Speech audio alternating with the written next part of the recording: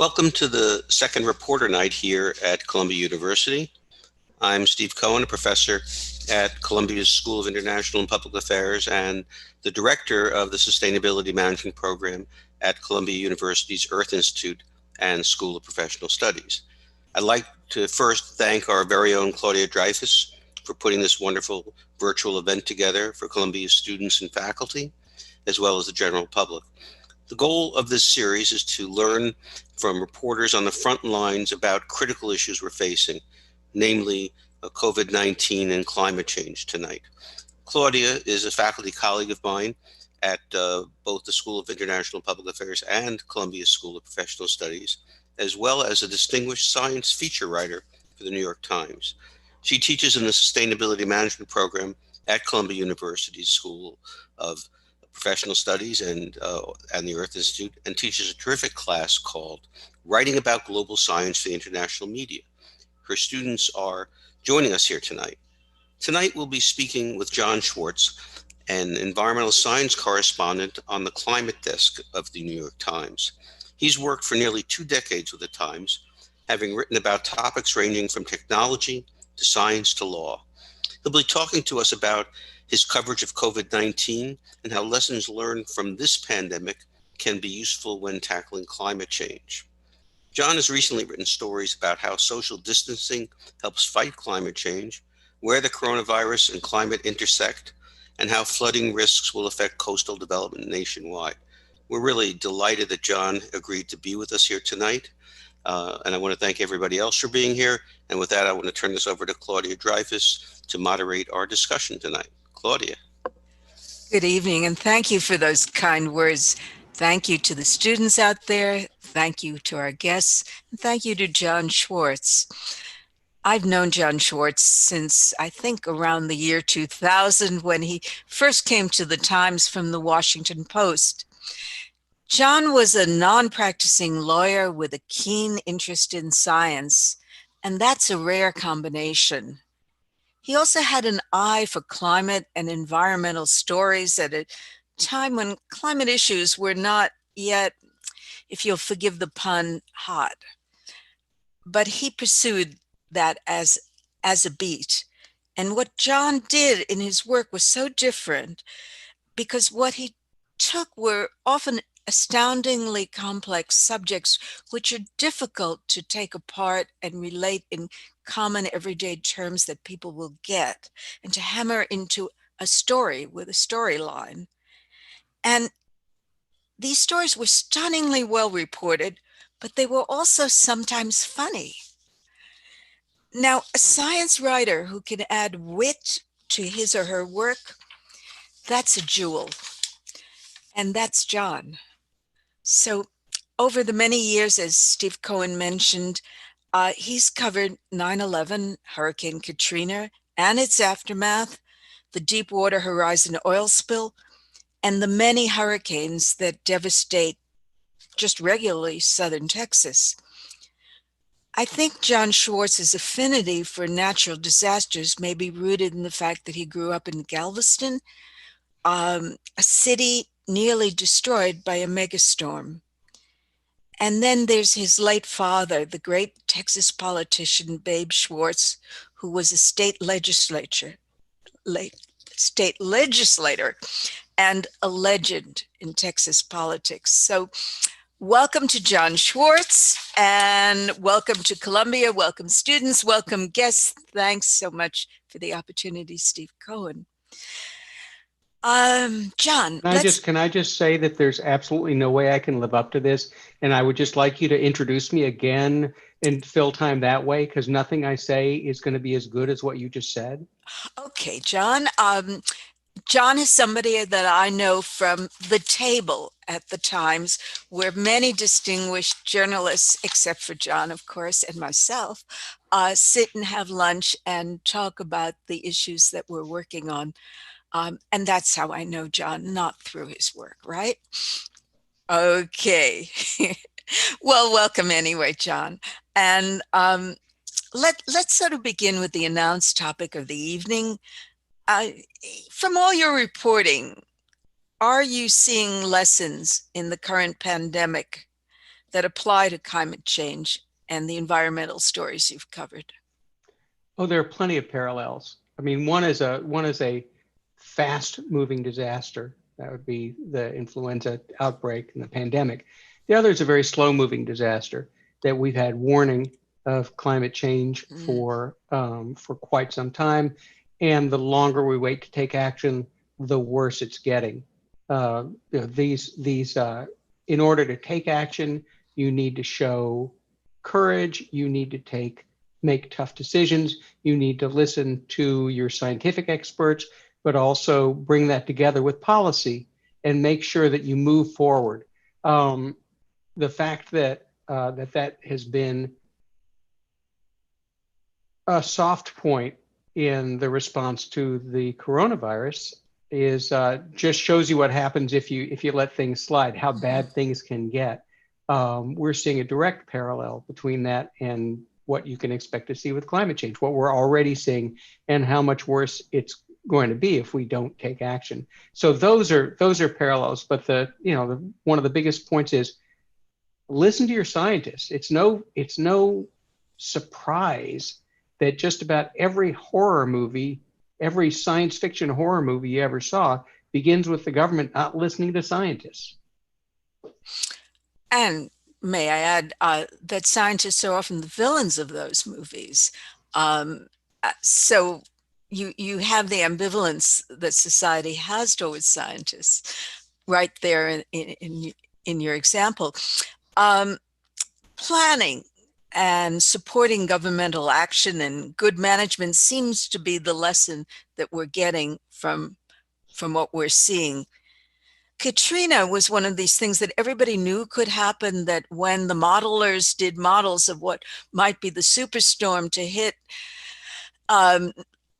all parts of Louisiana, they always had these kind of storms that would be hitting around Waveland and eventually strike New Orleans. And indeed, there is a climate researcher, Kerry Emanuel, who many times studied the prototype of what Katrina became, and he then called his aunt and said, "Get out of there, get on as far as you can."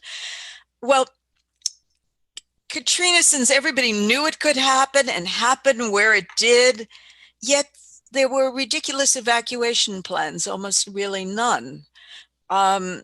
Same thing for that hurricane a couple of years ago in Houston. Why do you think that the public leaders who are charged with public safety don't see this when scientists do? Well, part of that is just the massively complex problem of evacuating major cities, whether it's a smaller city like New Orleans or the fourth largest city in the country, Houston. Getting millions of people out of town on a limited number of highways is just one of those things that is impossible to do without the highest degree of planning. And you never get that highest degree of planning. The office holders come and go. The people in charge of the response might not have the power to order things to happen. The politicians who are ostensibly in charge of these cities have to deal with the fact that if they order an evacuation and the hurricane is a miss, then everybody's going to be mad at them. And just as important, the next time there's a storm, the people of that town might say, well, they had it wrong last time. I think I'll write it out. And so a lot of this is no win for the leaders of these communities. And that's why again and again you see failure.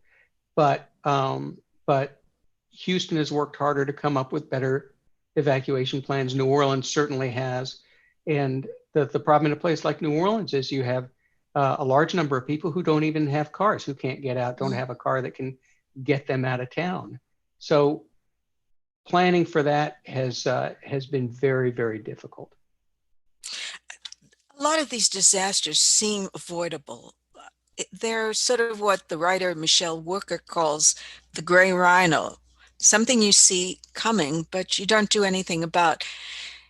In your reporting, do you think there's just a psychological block as well as a political one to dealing with these incredibly dangerous, huge calamities?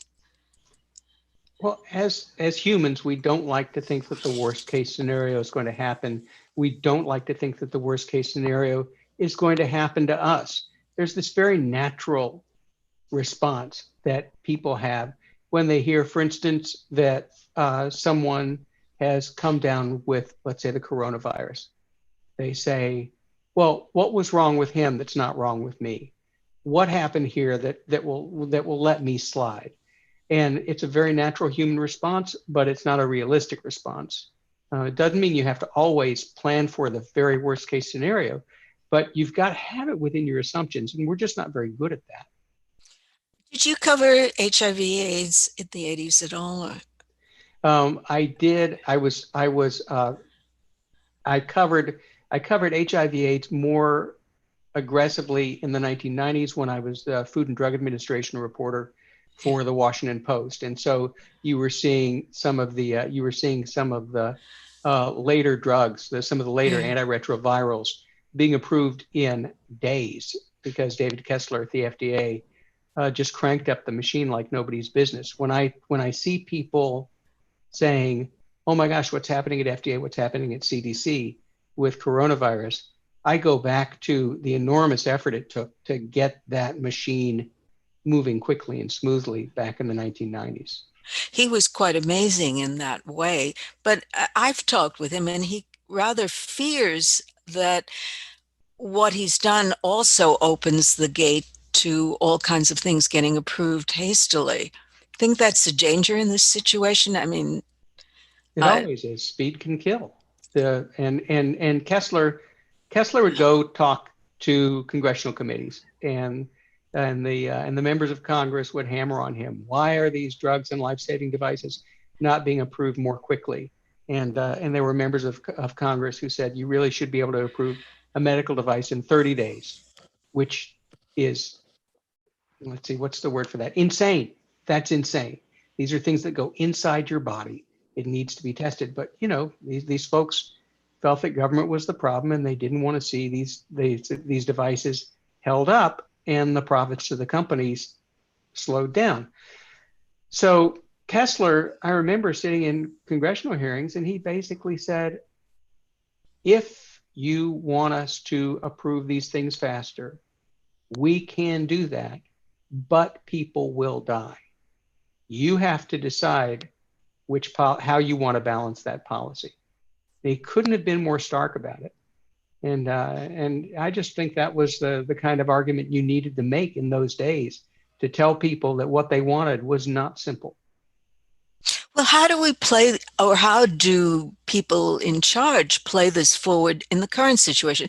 There's a tremendous need, as we all know, for some kind of scientific solution to the crisis. I would think there's great pressure on the FDA to approve things that may not be ready. Or there's pressure to get things moving whether they've been approved or not. I mean, the FDA has already approved the malaria drugs for use for I've taken some of it. these autoimmune. There you go. Yeah. For these autoimmune diseases, and that's and so you can go off label with that.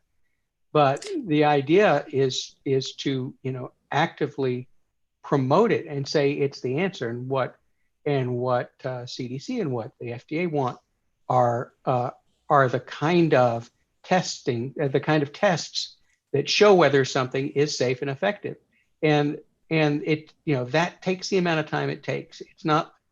It's very much like, if you want it faster, it's very much like thinking that if you get 9 doctors, then you can have a pregnancy over with in a month. It's not that way. You can't just throw people at this problem. You have to go through the process as best you can, and as quickly and as efficiently as you can. And that's why I went back to talking about Kessler, because he was able to find ways to make the things move faster without as many of the compromises as you might worry about today. Well, indeed. I'm someone who has actually taken that drug when I traveled in Africa, and it's very hard on the body. There are side effects. I wouldn't take it unless unless it was absolutely necessary. And somehow that isn't part of the equation at the moment. And this, at any rate, to sort of move on, do you think at the moment there's kind of disaster denial, which might be a first cousin of climate denial? Do you see some similarities? Well, I don't just see similarities. I see some of the same people Yes. who say that climate change is not a big problem and that climate change is a blown up problem. I see those same people engaging in that kind of denial on the coronavirus. If you look through the Twitter accounts of some of these folks, there's just a kind of a counter-scientific urge that works its way through the Twitter sphere, for one thing, but a lot of public discourse. And I think it's always smart to question whether the conventional wisdom is true, but in this case, in the case of the coronavirus, it's really bad. And in the case of climate change, it's really bad. Well, coronavirus denial, to a point, is very attractive. I mean, people don't want to stay shut up in their houses. They want to go to Central Park jogging. They say in their mind, it's not so bad. It doesn't matter. What I do won't matter. I don't need to wear a mask. But there is, unlike maybe climate denial, here and now evidence that that isn't true. I mean, well, and to take it a step farther, people say that the effect on the economy of the coronavirus shutdown is ruinous, and in fact, it's unbelievably powerful. The effect on the economy is like nothing I've ever seen in my lifetime. In the same way, again, drawing these parallels, people say, well, the action that you want to take to hold off the worst effects of climate change are going to be ruinously expensive. Well, in both of those arguments, what people don't seem to take into account is the cost of doing nothing. What will be lost if we just sit on our hands and let things go out of control? With coronavirus, its cases rising and rising and rising, and the hospitals getting overwhelmed.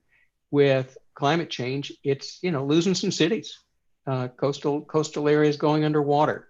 As we know, a warmer atmosphere holds more moisture, and so you get a hurricane like Harvey, which hit Houston and Beaumont and other towns with 50 inches of rain over the course of the storm. Well, that's those kind of disastrous rain events, what a friend of mine calls frog stranglers. Those are growing more common and they're growing more powerful, and it's tied to climate change. We don't say climate change caused Hurricane Harvey, but what you can say is Hurricane Harvey is worse than it would otherwise have been because of the influence of climate change.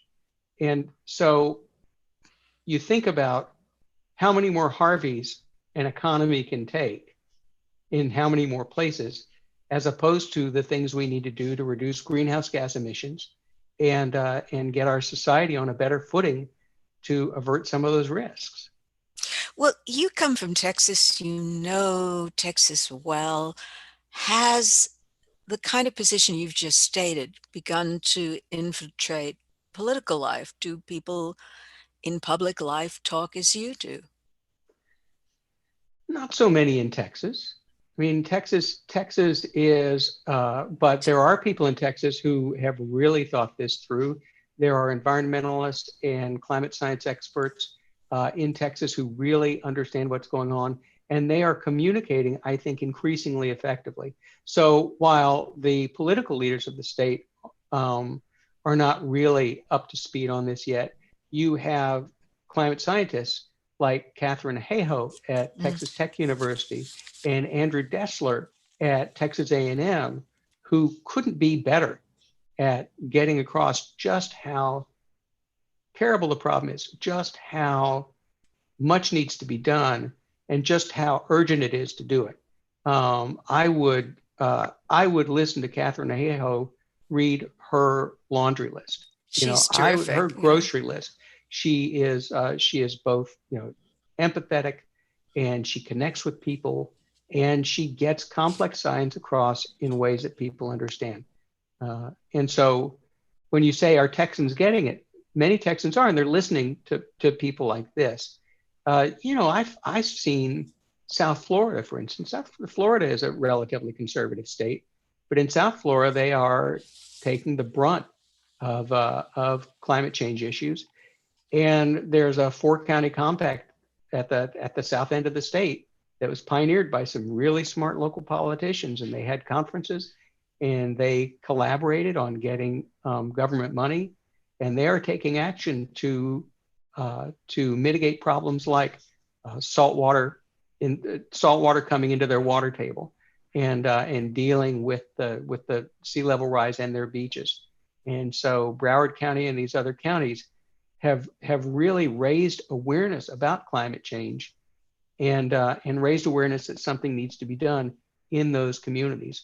And if you look at the Yale program on climate change communications and George Mason University, some of the best pollsters on public attitudes about these issues, there isn't a congressional district in the United States where a majority of the people doesn't get that climate change is real. In other words, the idea that climate change is happening is accepted by a majority in every congressional district. If you look at those, if you look at those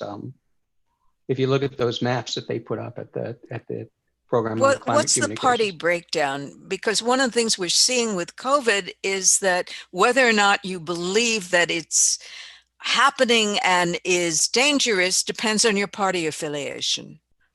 There is a partisan split, and more Democrats accept what's going on. Fewer Republicans do. The really interesting thing is not the basic party split to me, but the age split within the parties, that younger Republicans understand what's going on. We had a story a while back that called climate change a ticking time bomb for the Republican Party, because the younger people who identify as Republicans understand what's happening and want to see their party do something about it, want to see their party not just say no, but find a way forward. Let's talk about where you grew up. Galveston, one of the most interesting places in the country, smack against the Gulf of Mexico and on everybody's map for the place that hurricanes will land, and a town that was almost wiped out by a hurricane pre-climate change. What was it like living and growing up in a disaster zone or a potential one, and how did that shape your journalism? Well, first of all, Galveston did suffer the worst natural disaster in the history of the United States. We lost more than 6,000 people in the 1900 storm. It was a storm whose surge rolled over the island. Buildings were demolished. The death and destruction were beyond understanding. And if you've ever read Eric Larson's Isaac's Storm, it's an unbelievably dramatic retelling of the story of that storm. We also had the worst industrial accident in the history of the United States when a ship blew up in Texas City, just up the bay, and blasted hundreds, at least hundreds killed in the 1940s. So it's a great place to grow up. A lot of fun. But our disasters. One of my youngest memories. I was about 4 years old, 1961. So you can do the math on me. And my family decided to ride out Hurricane Carla. My dad was a local office holder even then, and he just figured he'd been elected to the state Senate, and he figured that he should be there when the storm passed through. That was the last time he ever tried to ride out a storm, by the way. It was a very powerful storm. It came up almost dead on Galveston, and so we stayed in a hotel, the Galvez, which is still there, but it was so I just remember looking out the window and seeing the rain and the wind. My older brothers remember even seeing the heavy concrete benches on Seawall Boulevard getting blown off, and it was a wild experience to go through. And so if that's your earliest memory, and that wasn't the only storm, I just sort of grew up with them. I remember being a little kid and there'd be a hurricane in the Gulf. I don't remember which storm this was, and I don't think it hit Galveston hard anyway. But the wind was up to 45, 50 miles an hour, and I was a little kid. I'd go in our backyard, and we had a sort of bayou facing end of our yard. And so the wind was coming straight at me, and I just ran toward the water and then jumped up in the air, and the wind carried me back several feet, and I'd land on my feet again. Now, this was the greatest thing that had happened to me up till that time, right? I mean, I just did that again and again. I was flying, which is pretty good. And so I understood hurricanes. I had a feel for hurricanes, and I respected them. So that in 2005, after Katrina, when I got to New Orleans, I'm driving around, and this neighborhood is destroyed, and across the 17th Street Canal in Jefferson Parish, Metairie is not destroyed, but people have been tearing all their rugs out and all their sheetrock, and the stuff is thrown out on the front yard in a sort of fan shape. And I thought, oh, looks like a hurricane hit here. These were all familiar images to me. It's what I grew up with. Having said that, I was not prepared for the kind of destruction I encountered in New Orleans, and that reshaped how I see those storms. And it left me with an even greater respect for water. I had a kind of a tickle in the gut for a couple of years after my 2 years of going in and out, back and forth to New Orleans, where if I was on the street and heard running water, I'd get tensed up, like, where is that coming from and what's it going to do? But it's the house that I grew up in Galveston, Texas. When Ike hit in 2008, the water came back along the bayside and washed through the house, just washed through it. We hadn't owned the house in years, but that house is now a vacant lot. And I've been back. It's a sobering thing to stand on the vacant lot where the house you grew up in is. It's not an abstract issue for you, is it? Not at all. Not at all. We'd like to call in the students at this point and ask them to participate. Sure. All 11 people in the seminar are here from their various places. Can we unmute them and say hi?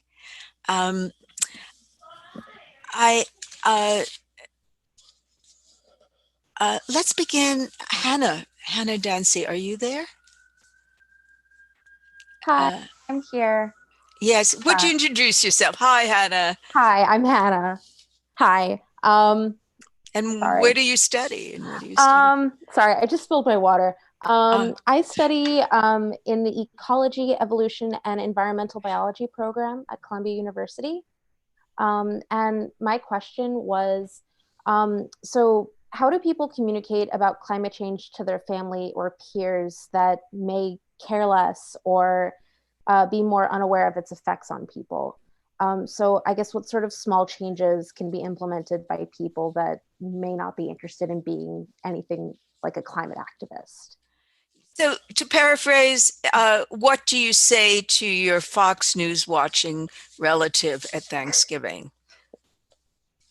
Well, part of what makes climate communication effective is hearing about climate change.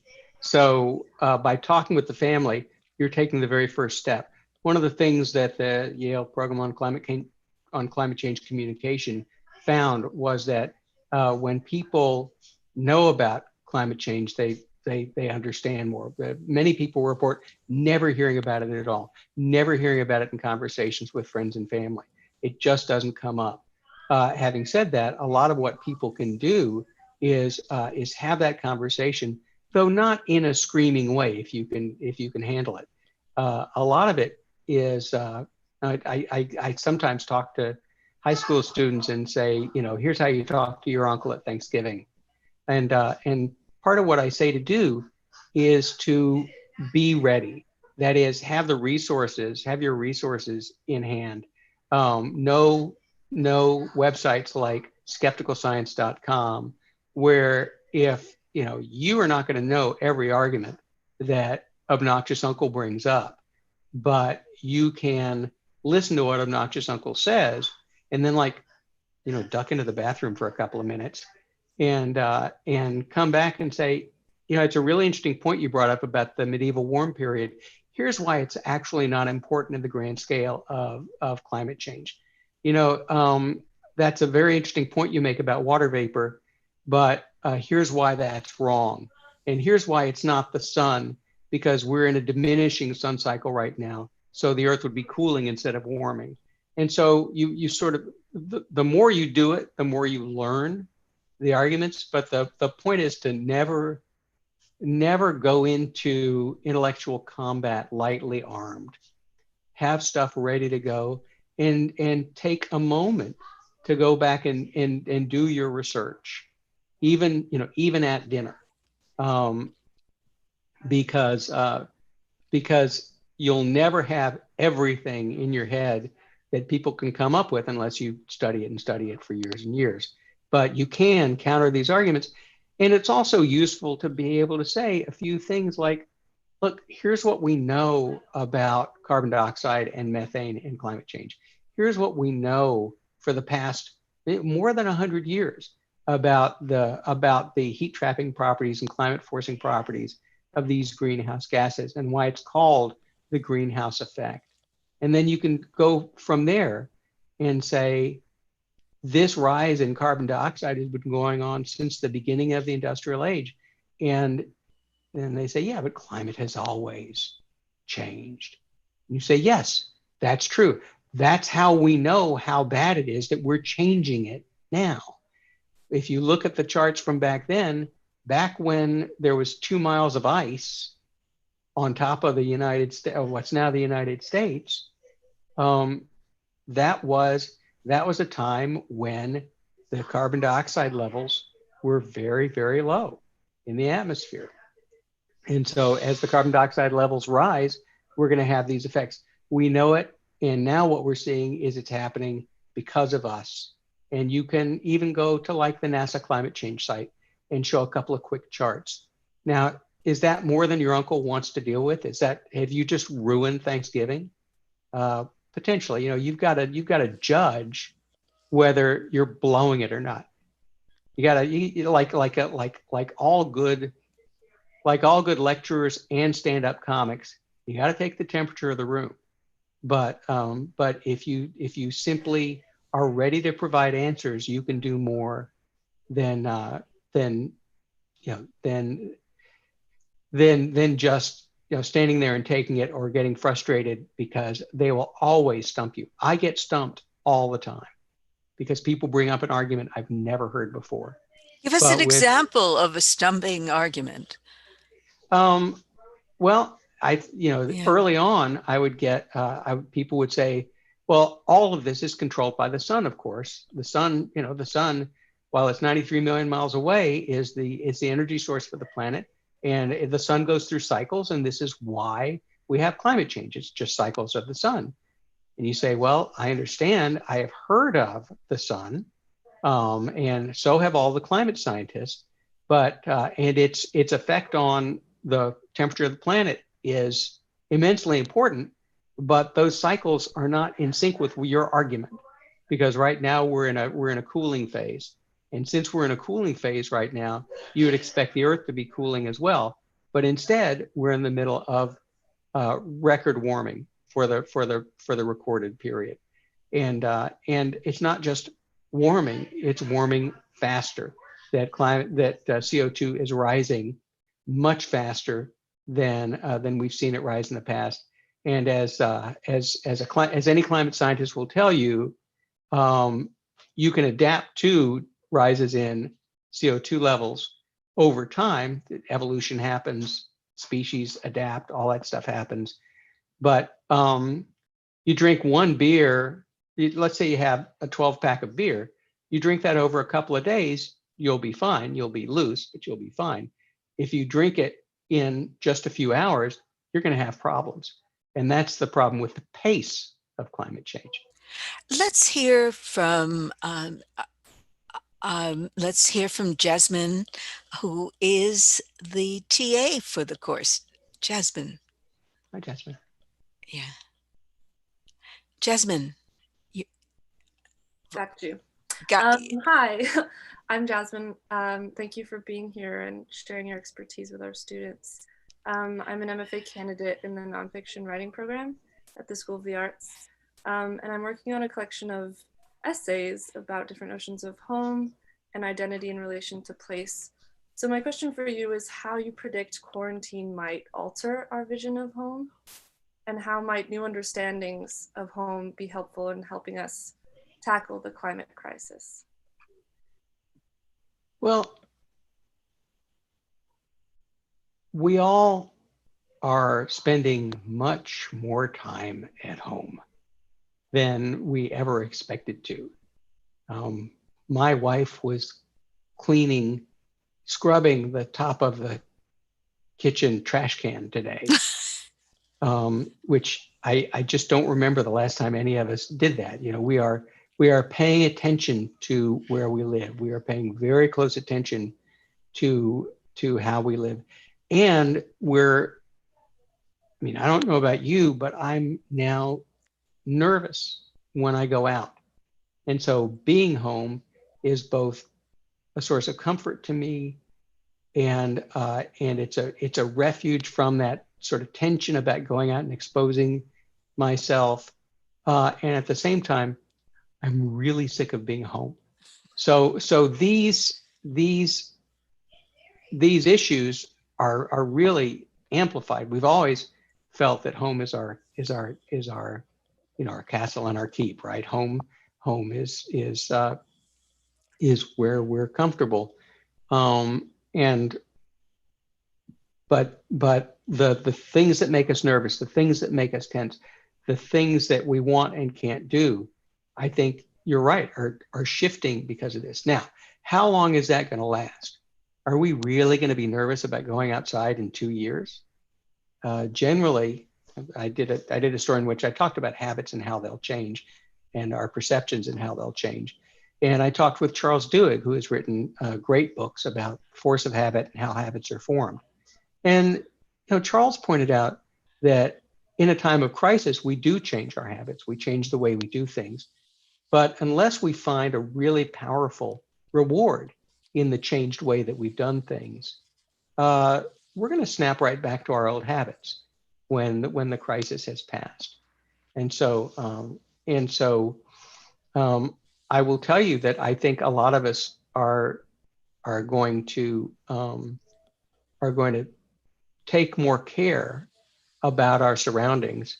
I think that each of us is thinking about the things that our houses don't have that maybe they should, and that are a little hard to get right now. But I think what you're talking about with your project is fascinating. I'd love to read it when it's done. Let's talk to Maya. Maya, where are you online? Is Maya there? Hi, I'm here. Hi, thank you for being here today and for Sure. taking the time. I'm Maya. I'm one of the sustainability management students, and my focus is on sustainable food systems in agriculture. My question for you is, one of the silver linings to the coronavirus pandemic that we've seen is a sharp decrease in airplane travel. Do you think that airplane travel and its resulting levels of pollution will rise to pre-coronavirus levels once travel restrictions are lifted? And what are the potential impacts of this? Well, you've given me a couple of thoughts. The first thought is that that I'm really reluctant to call any aspect of what we're going through a silver lining, just because this is all so bad. But while I won't call it a silver lining, I'll say that there's certainly things that we can learn from all this. Remember, a minute ago I was talking about the balance between reward and the reward of these new habits, and how that will affect what we go back to doing. It's entirely possible that for all the video conferencing we're doing over these weeks, we're going to say, it felt a little clunky at first, but it's actually pretty good, and the meetings were productive. And so maybe I don't need to travel to that conference. Maybe we can make this conference virtual. Maybe we can make this business meeting virtual. Maybe I don't need as many frequent flyer miles as I get. And I can reduce my carbon footprint rather painlessly, because this technology, which I thought of as being arcane and clunky and useless, is actually pretty much there. So you can imagine potentially, if business gets behind it, a dip in business travel. You could imagine, but are you going to see a dip in vacation travel? Are you going to see people say, oh, I don't want to travel and see the world anymore. No, that's one of the things that people are craving. That's one of the things that people feel is extremely rewarding. So let's look at what I've been doing by writing all my stories from home for the last month. It's worked out pretty well. For one thing, I'm seeing a lot of my wife. I love her. We're taking walks in the evening. It's just been great.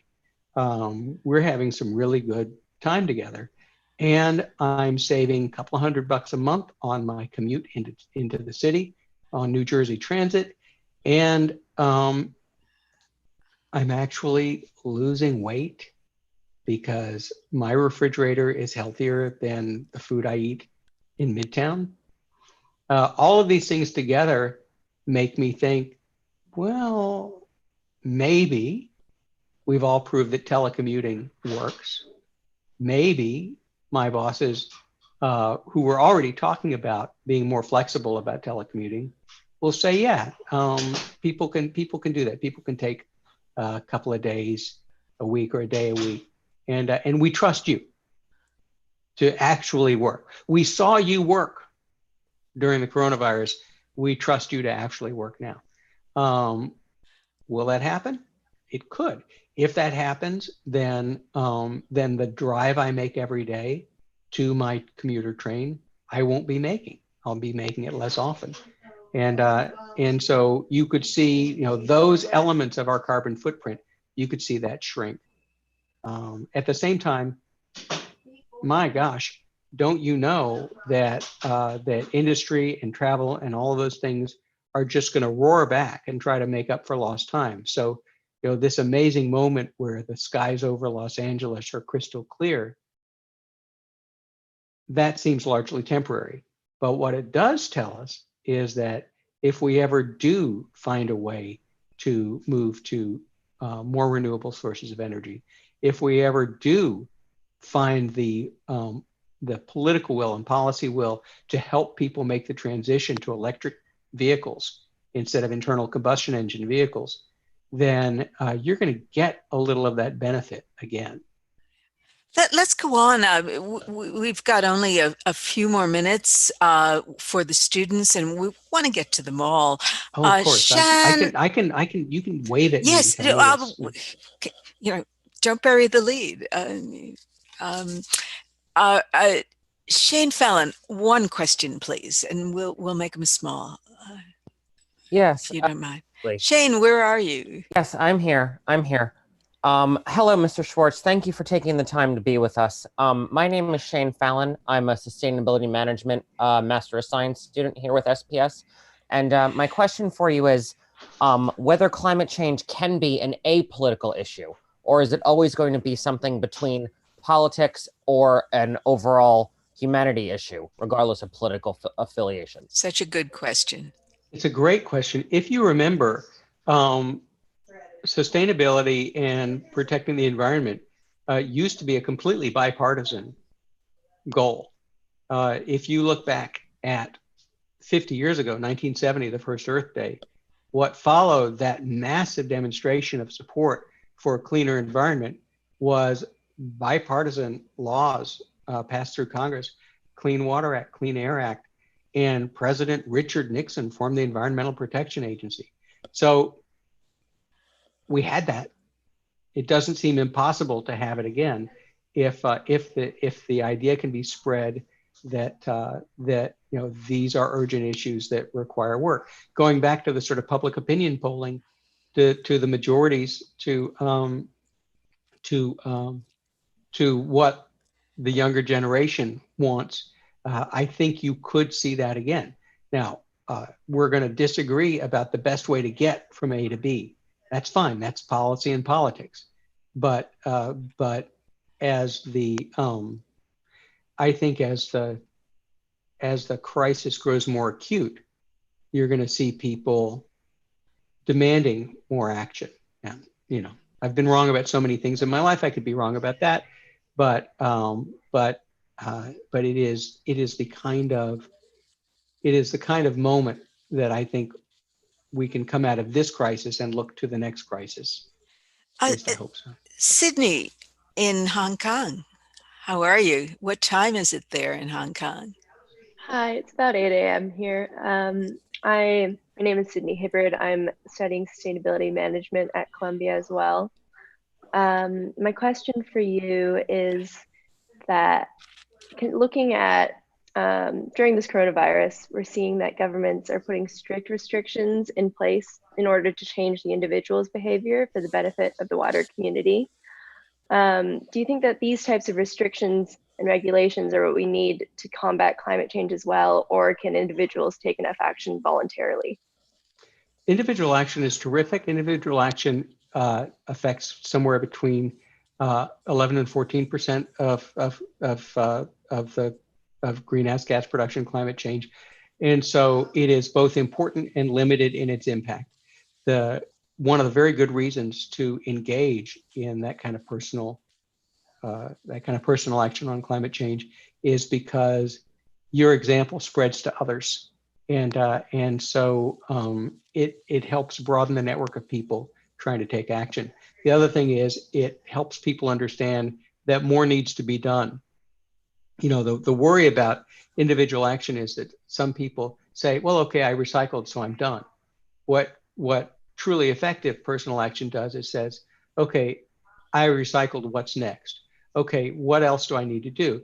And what else people need to do is to take action and put pressure on the business community and on government to do the kind of large scale policy work, to do the kind of large scale legislation and regulation that can actually have an impact. So I'll never say that individual action doesn't mean much. That's one of these memes that gets tossed around.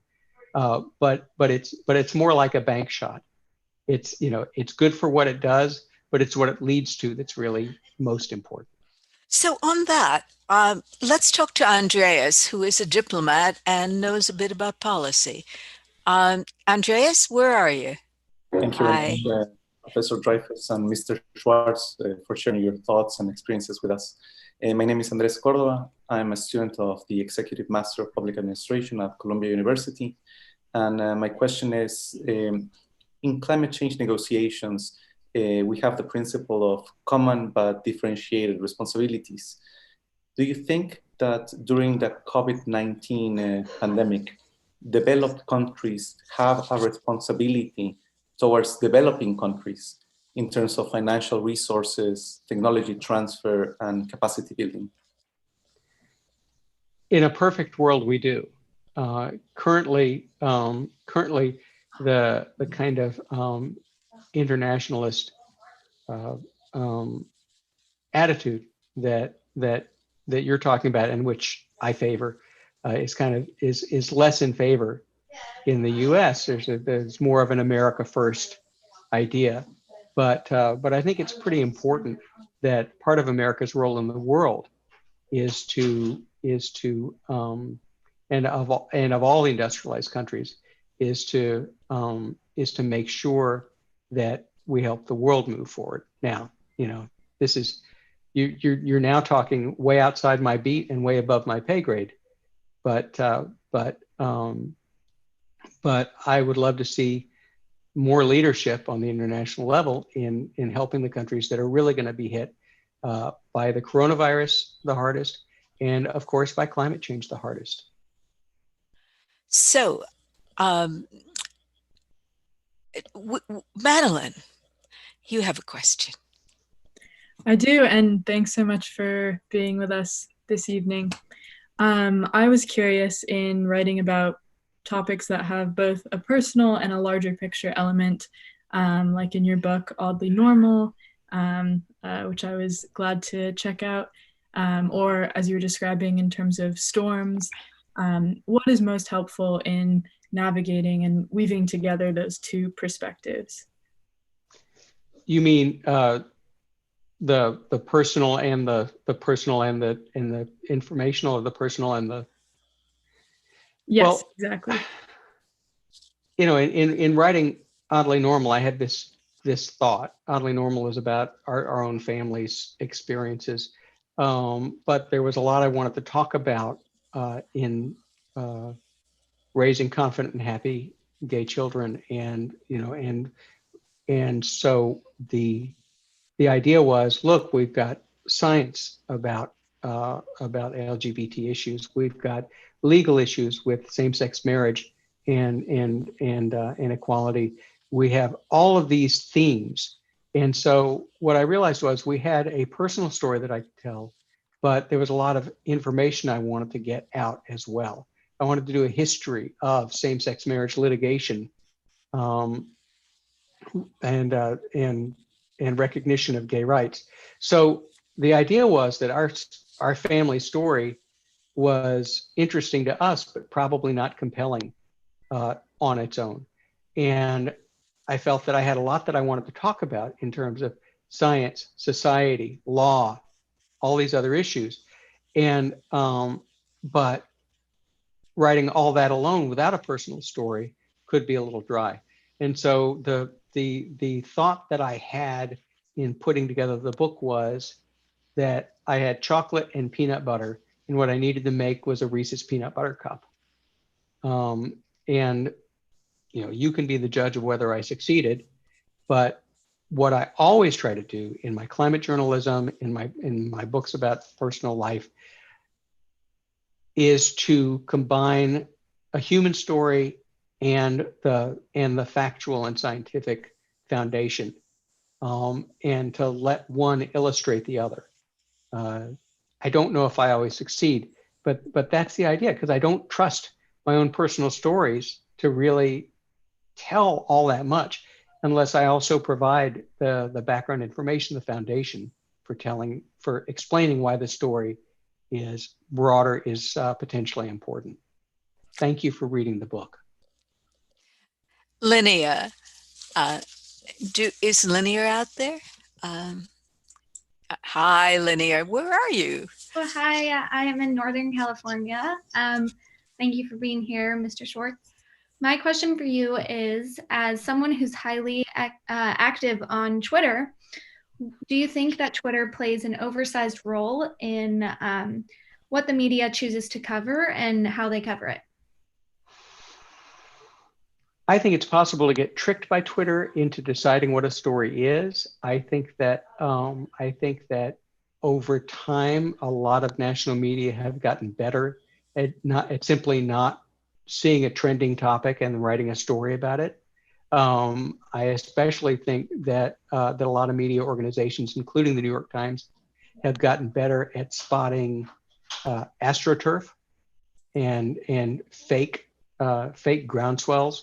Have gotten much better at analyzing some topic that shows up in the middle of the night about American politics and is accompanied by thousands of messages that looks like a botnet, that looks like a disinformation attack. We've got people at the Times who specialize in disinformation, both covering it as a topic and identifying it for others. And so it's been a learning process. At the same time, I find Twitter incredibly useful for discussion among, for instance, climate scientists. And it is incredibly useful for many topics where a lot of the smartest people in the field are there mixing it up. It is less useful on political debate, I think, in many ways. And unless you just really love screaming. But figuring out what Twitter is good for and what it isn't good for is part of media literacy in the 21st century. Understanding that Facebook, getting taken by surprise by the amount of fakery on Facebook in the 2016 election, as many people were, and realizing that, like, my uncle was republishing these obviously faked, horrible memes about political people that he seemed to despise, even though I'd never actually known him to have political opinions before. Seeing that, I think, helps you learn over time when to pay attention, when to block, when to shut it out, and also to try to help other people understand what's real and what's fake. Do you have that uncle at Thanksgiving, John? Well, my uncles are pretty cool, frankly, but that and that particular uncle, I haven't had dinner with him in years, but I really was stunned by what he was putting out there, and I sent him a note about it saying, why are you repeating all this stuff? It really seems uncharacteristic of you to be doing this. And it was sad. He said, he basically said he didn't know why he was doing it, and that he didn't want to upset any members of the family, and he stopped. But it was as if he, to use an unfortunate term, it was as if he'd picked up a virus, and he was just inflamed and had to put this stuff out there. But after I and at least one of my brothers said, what is this coming from you? He just said, okay, I'm not going to do this anymore. It seems too upsetting to members of the family. What a fascinating story. Have we heard from everyone in the class? Daniella, did we hear from you? Daniella? No. Hi, Daniella. Where are you? Hi, I'm in Harlem, in New York. Well. So thank you, Mr. Schwartz, for being here. I'm Daniella. I'm an MPA candidate studying environmental science and policy. And my question for you is, has there ever been one article that you've written that has led you to uncover more nuance within another article that you write afterward? Essentially, do you find that environmental science stories are layered? I have a number of sayings. One of that would sort of guide what I do. The most important saying is, it's all one beat. It's not just that one environmental science story leads to another. They all do. The more you know, the more you're ready to learn. And the more you know, the experts for this story will lead you to the experts for the next story. You can go back to this person, or you can expand the Rolodex to find an increasingly broad range of experts to consult on your work. But it's more than that. It's that when you learn something in one area, it surprisingly can completely apply to another area. My example there is that February 1st, 2003, the Space Shuttle Columbia broke up as it was returning to Florida from orbit, and all 7 astronauts aboard were killed. And it was a national tragedy, and it stopped space launches for 2 years while the Columbia Accident Investigation Board tried to figure out just what happened. And I covered the accident, the Columbia Accident Investigation Board, the return to flight, I was on the science staff, and this was my job, most of what I did for the first year especially. And it was one of the most fascinating things I've ever covered, and deeply sad. And I was partnered with Matt Wald, and Matt Wald was our expert on everything technical. He knew the nation's electric grid. He knew airline safety and covered every airline accident. He understood nuclear reactors and the problems at nuclear reactors. And he would draw like pinball going from topic to topic. He would say, well, of course, it could be a metal fatigue problem because there was the Hawaiian Airlines flight where the top of the plane just ripped off. And that told us a lot about metal fatigue over time. And there is, of course, the leak at the Davis-Besse nuclear reactor, not the leak, but the containment vessel was breaking down. And so we learned a lot from that. And he would just, I mean, you were just struggling to keep up, but it was okay because he would tell the same stories again.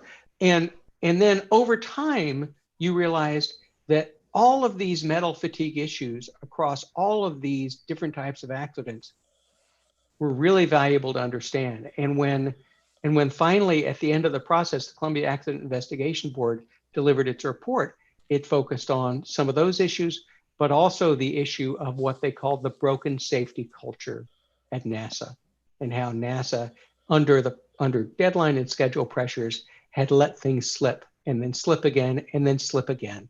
And so what you got out of that was a situation where even if you identified a person who had made a bad decision, if you had removed that person, if you fired that person within the social structure of NASA, the next person to rise up and take that job would have been so conditioned by the culture of the place that that person would have made the same wrong decision. That broken safety culture is a thing. And Diane Vaughn, who wrote a lot about this in the Challenger, loss of Challenger and the loss of Columbia, and was on the Columbia Accident Investigation Board, taught me a lot about broken safety culture. So a few years later, Hurricane Katrina hits New Orleans, and 350 miles of levees and floodgates, and the hurricane protection system for the city collapses. More than 50 levee breaches. The city itself is inundated. Parts of the city were under feet and feet of water for weeks at a time. I started looking into it, and what do I find? But I find scientists who are looking at whether the Corps of Engineers had a broken safety culture, and whether under schedule and deadline pressure, they were letting a problem slip and then slip and then slip again. The same issues that I had struggled to understand a few years before with the Columbia Accident Investigation Board I was seeing again. And when the Corps of Engineers issued its 6,000-page report on what went wrong, they talked about the hurricane protection system being a system in name only, a patchwork. It felt to me very, very similar. I'm going over it here, but I'll give one more example of it being all one beat. When I started covering the Food and Drug Administration at the Washington Post back in the 1990s, a lot of what I wrote about was tobacco. And there were people who said, secondhand smoke, it's just not really that big a deal. We understand the FDA and the Environmental Protection Agency are really looking into this. They feel strongly about it, but the science is wrong. There's really a lot more, the science isn't settled yet. And so now it's, the 21st century, and I'm writing about climate change, and people are saying, well, the science is not really settled yet, and it would be very expensive to fix. And not only are they the same arguments, in some cases they're being made by the same people that I encountered in the 1990s, talking about tobacco and asbestos and lead paint. So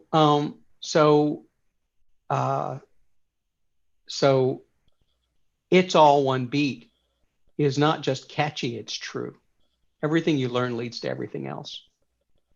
So students, thank you so much for your input. And let's now throw some of these questions out to people around the country who've been sending them in to us.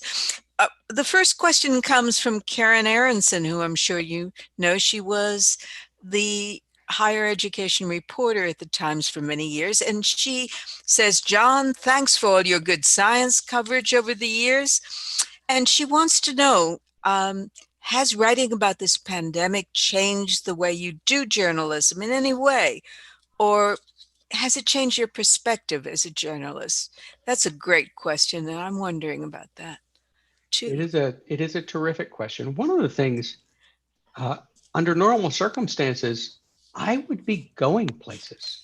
I mean, it's not just, I always try to write about people. I think that the best way to drive home the importance of a topic is to show how people are affected. And the Times is absolutely, fantastically focusing on the lives of people who are caught up in this epidemic, who are caught up working in the hospitals or victims or people in nursing homes. All that is a huge part of any Times coverage.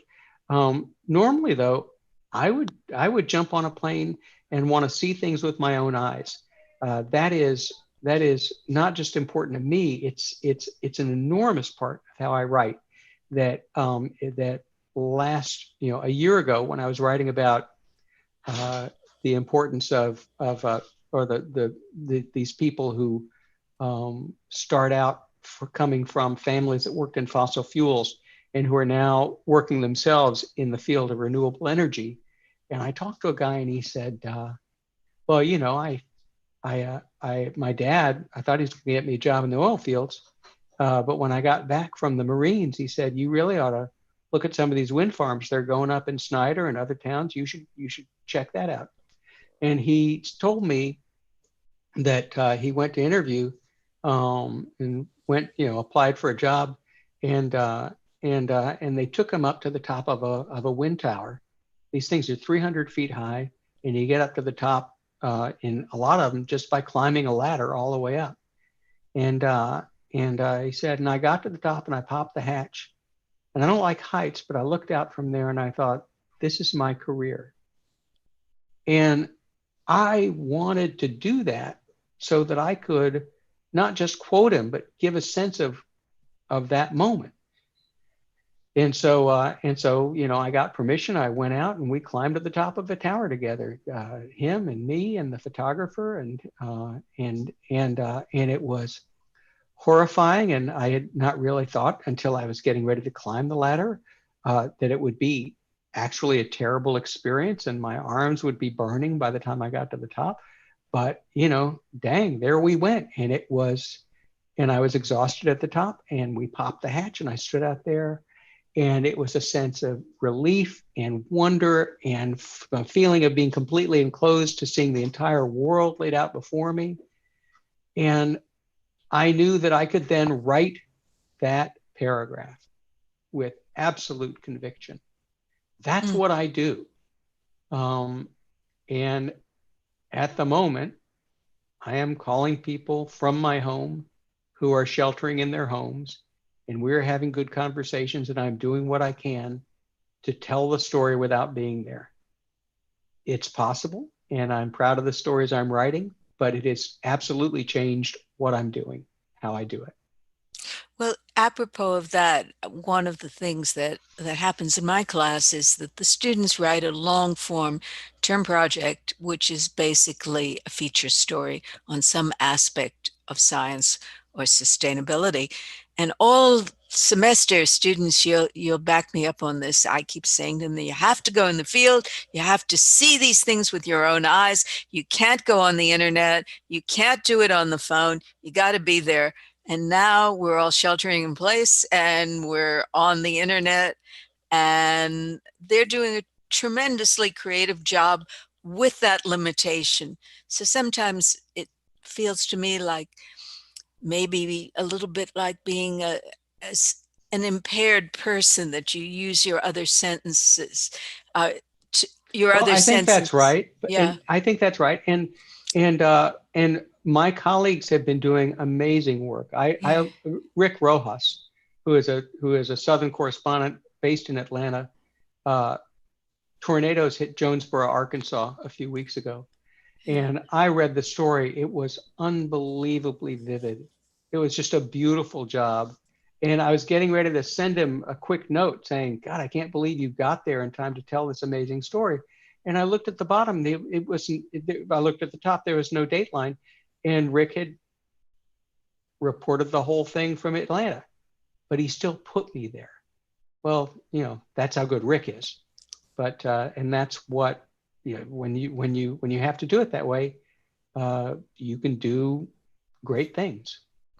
Let's talk to Emma Moore, who is a student at Columbia, I presume, and she asks, what will change about the communication of sustainability now that COVID-19 has taken front seat to everyone's conversation?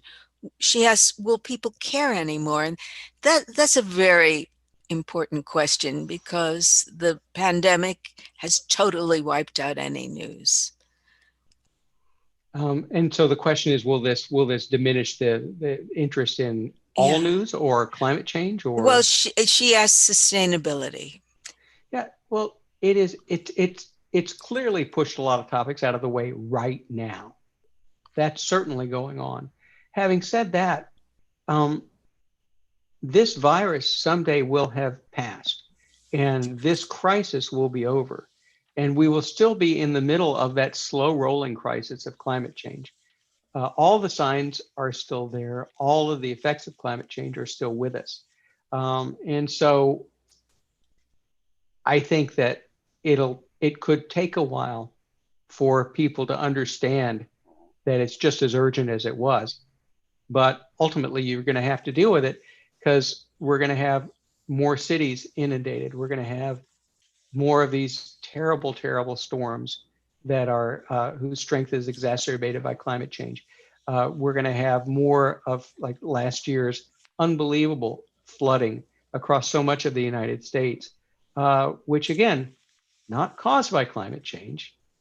Flooding is a very complex phenomenon, but the amount of rain coming down, the amount of snow that that led to snowpack melting, all those factors, there was some juicing from climate change involved with that. And we are going to continue to see it. And I think it will have a way of focusing our attention again. Tanya Molanova from Russia writes, will people's behavior, considering that we already see how nature benefits, she wants to know, since we basically we're seeing nature restored because people aren't spending time in the built environment, and she wonders if people will go back to that or not. I think look, I stepped out last night after a day of rain, and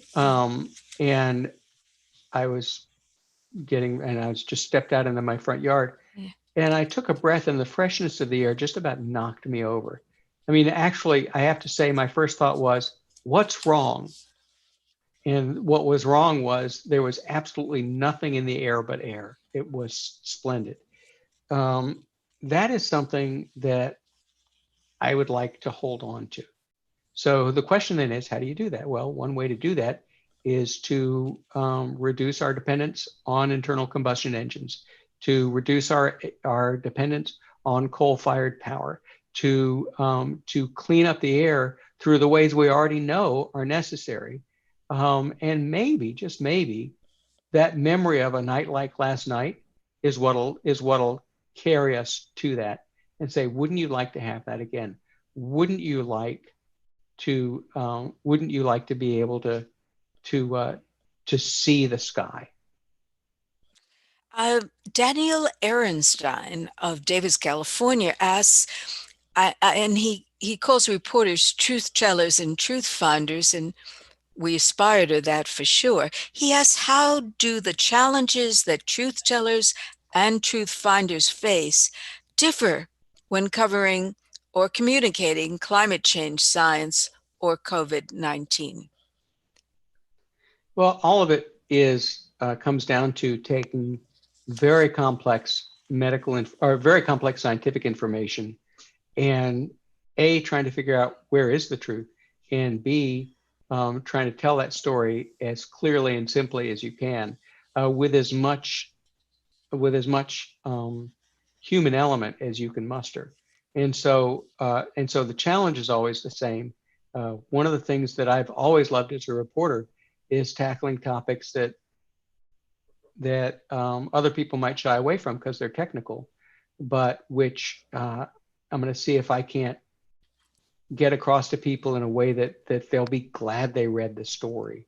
One of my favorite climate change stories was going up into Canada and talking to people who traditionally set up ice hockey rinks in their backyards, and their parents did it, their grandparents did it. You just get the water hose, you knock together some boards, and you can create a rink surface. Well, there's an organization called Rink Watch, a citizen science project that asks people to just check the ice and say how the ice is every day. And what they've been finding is that, as you might imagine, it's harder to maintain a good skating surface in a world where it's not just generally warmer, but where the weather is inconsistent and where you have these warm spells that melt everything, and it takes days and days to get that hard surface back. That was taking the topic of climate change and seeing it through the eyes of a 10-year-old who can't skate as much as she wants to skate because the world is changing, and about the parents who had that golden, important childhood memory and want to give that to their kids, and it's almost not worth doing because the weather is so inconsistent. So that challenge to combine hard facts with human stories is where we need to continue going. So Joan Nassavera of New York asks, Joan. Yes, we know Joan. Yeah.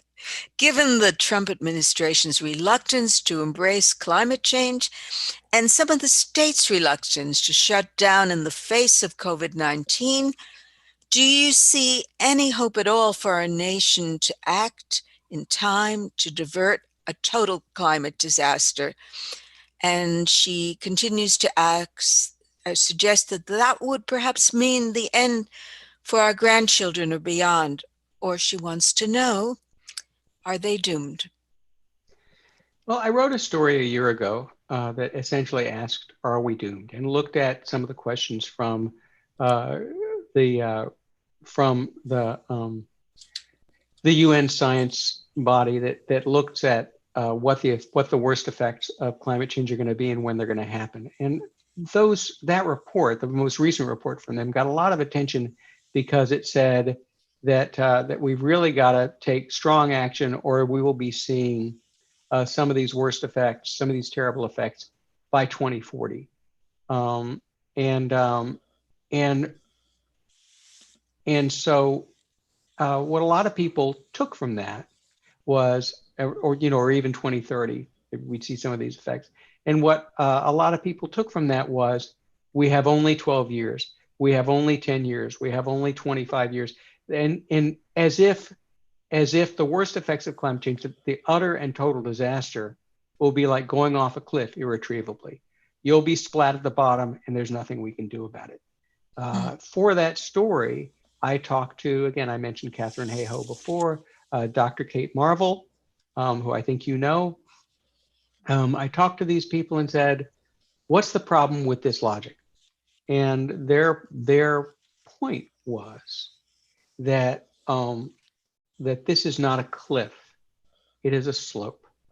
And that the longer we wait, that you go off a cliff and you're done. You slide down a slope, it's still possible to climb your way back up. But anybody who has slid down a hill before, a slope while trying to climb, knows that the farther you slide, the harder it is to get back up again. And so it doesn't in any way say that this is not an urgent problem, or this is something you can blow off. In fact, it says this is more urgent than ever, but it also doesn't tell you we're doomed, which is not just factually incorrect, but it's also dispiriting, enervating, that it leads people to a sense that well, if we're doomed, then I can't do anything at all.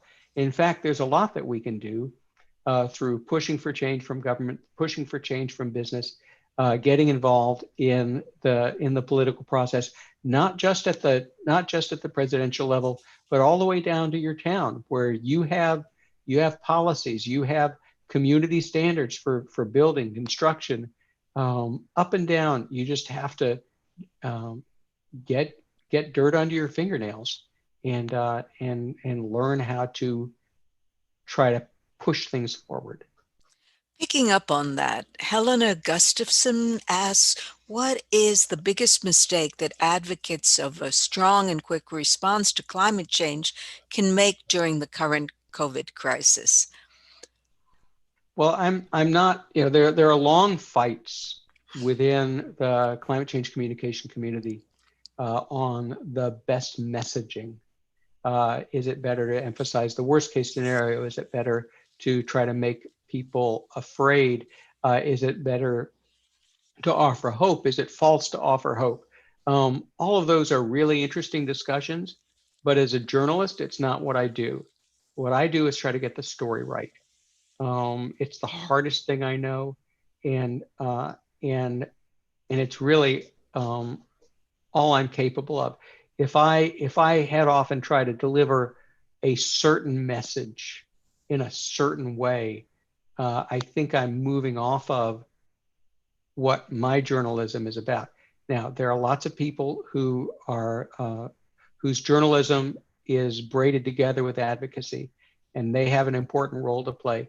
But my goal is to try to get it right and right again and right again, to try to properly bracket what's going on in the world. To pick up on that, we were talking earlier about your new beat. You're not covering science that much right now, but you're working on the obituary desk. And you said to me, it's very important. Tell us.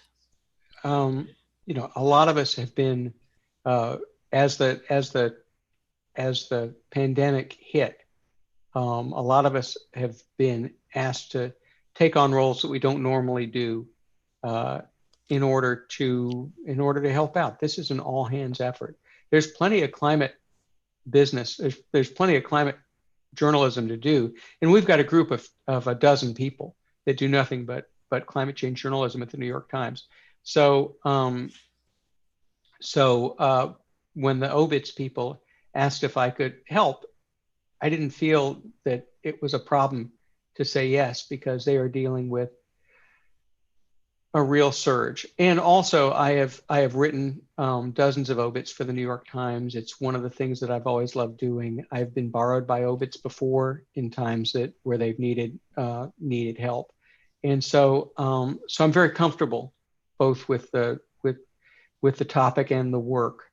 Other people are helping with the daily briefings. I mean, we're all just trying to be useful as best we can. And I think that telling the stories, especially at this moment, telling the stories of people who have died because of this disease and giving a sense of the incredible breadth of their life experiences, what they've done, young, old, across every ethnicity, across all income levels, to show that a pandemic is more than just somebody who did something wrong. That going back to that very first thing we talked about, where the natural human inclination is to say, what did they do wrong that I haven't done? Why am I going to be safe? A large part of telling these stories now is to say, these are all important lives, and it's a range of people. It's not just sick people, and these are people whose passing needs to be noted, They deserve to be noticed. As Linda Lohman says in Death of a Salesman, attention must be paid. We're very grateful that you are paying it. Thank you for joining us this evening. Next week at this time, we will have Naomi Oreskes talking about her work on science and climate denial and how it leads us to some of what we're seeing in this pandemic.